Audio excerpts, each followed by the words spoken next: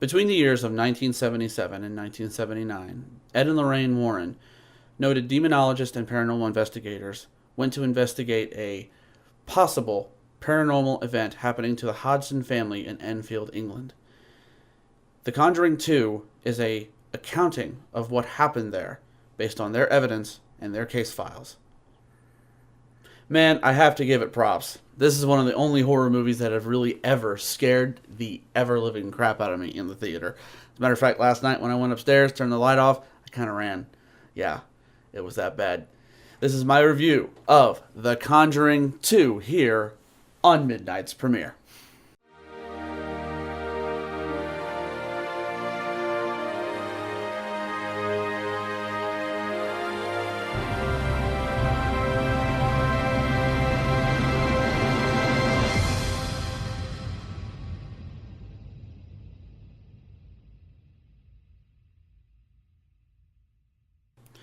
So let's start this with a little bit of a history lesson. Back in 1977, Peggy Hodgson, a single mother living in Enfield, England, called the police to her house to investigate strange knockings and possible furniture moving all around the house.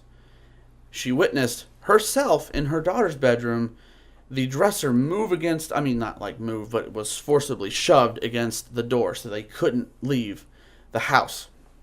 Couldn't leave the bedroom they were in. And scared them half to death. Back then, it would scare anybody. Now, you pull out your iPhone and you try to get YouTube points for it. Back then, it wasn't any joke. And if you had ghosts in your house, you were considered fraud. So she was very, very careful on how she handled the situation. The cops came in, or the constables, I guess, because that's in London, they're constables. They came in, they investigated the house, and one of the constables actually saw a kitchen table chair move right back underneath the table where it was situated. Literally, move right across the house by itself. Next thing you know, we have, priests coming into the house. They're trying to investigate everything. They're trying to, cleanse this place to make sure that this isn't anything, like a hoax, things of that nature. And that is when Ed and Loraine Warren are called in to investigate this insanely evil spirit that has attached itself mainly to the 13-year-old daughter, who starts levitating out of her bed, floating around the room, and ends up in other places of the house from her bedroom. She falls asleep in her bedroom and she wakes up in a completely different area. That is by far some of the most convincing paranormal evidence that I've ever seen to this day. And there's been recordings and EVPs since then, but to me, that sticks out. That really sticks out in my mind. There was a point in time where she actually had another voice, a voice of an old man, coming out of her mouth. It wasn't her voice; it was his. And it was like this spirit was trying to latch onto her and live vicariously through her. Now, the movie, it goes into a lot more. There is a little bit of Hollywood fan service in there. I'm not going to lie to you. It happens all the time. But this is one of the realest, cases of a movie getting the case notes and everything just right. The Warrens end up exorcising this ghost, this possible demon from this house, and all is well, and the hauntings, they ended, almost immediately. And, the single mother, Peggy Hodgson, she lived out her life in that house and, ironically, died in the same place as the original owner who was haunting the little girl died all those years ago. She died in the same exact place. That is really, yeah, I can't even imagine it. So really, what did I think of this film? It was magnificent. 5 out of 5 stars. If you guys want to go see this in theaters, I really, really recommend it. And they shot it for large format like Prime, like IMAX. They shot it in those large formats. Go see it. Go see it. Buy it on Blu-ray. Buy it on 4K, HD, digital copy, whiz bang, pow, whatever is out there and the cool kids are slinging on the streets nowadays. You buy it in that format because it is awesome.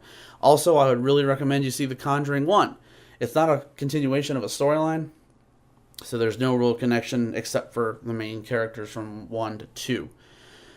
But go see this film, guys. If you're a skeptic, still go see it because it will scare you half to death. The first hour of this film is anxiety filled.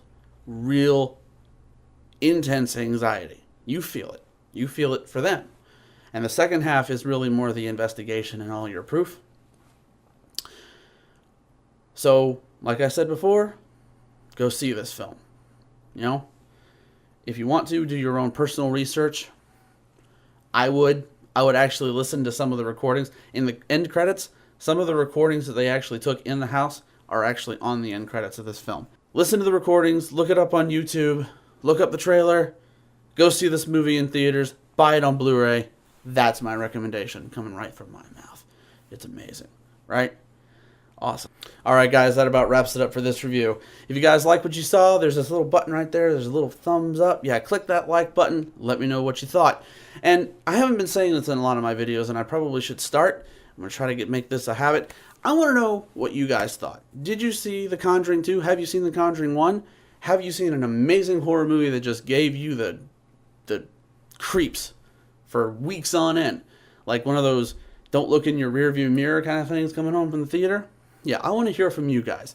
Put them in the comments section. Let me know what you guys thought. If you guys like what you saw here, there's a little subscribe button right down there as well. Click that. It'll keep you up to date with all the latest videos on this channel. My social media will be in the description section down below, which will be Facebook and my Twitter. I will be making an Instagram account very soon for this channel, and I will be posting that as soon as that is made. Alright guys, like I said, thank you for joining us on this video. My name is Mr. Midnight from Midnight's Premiere. Thanks for watching, guys.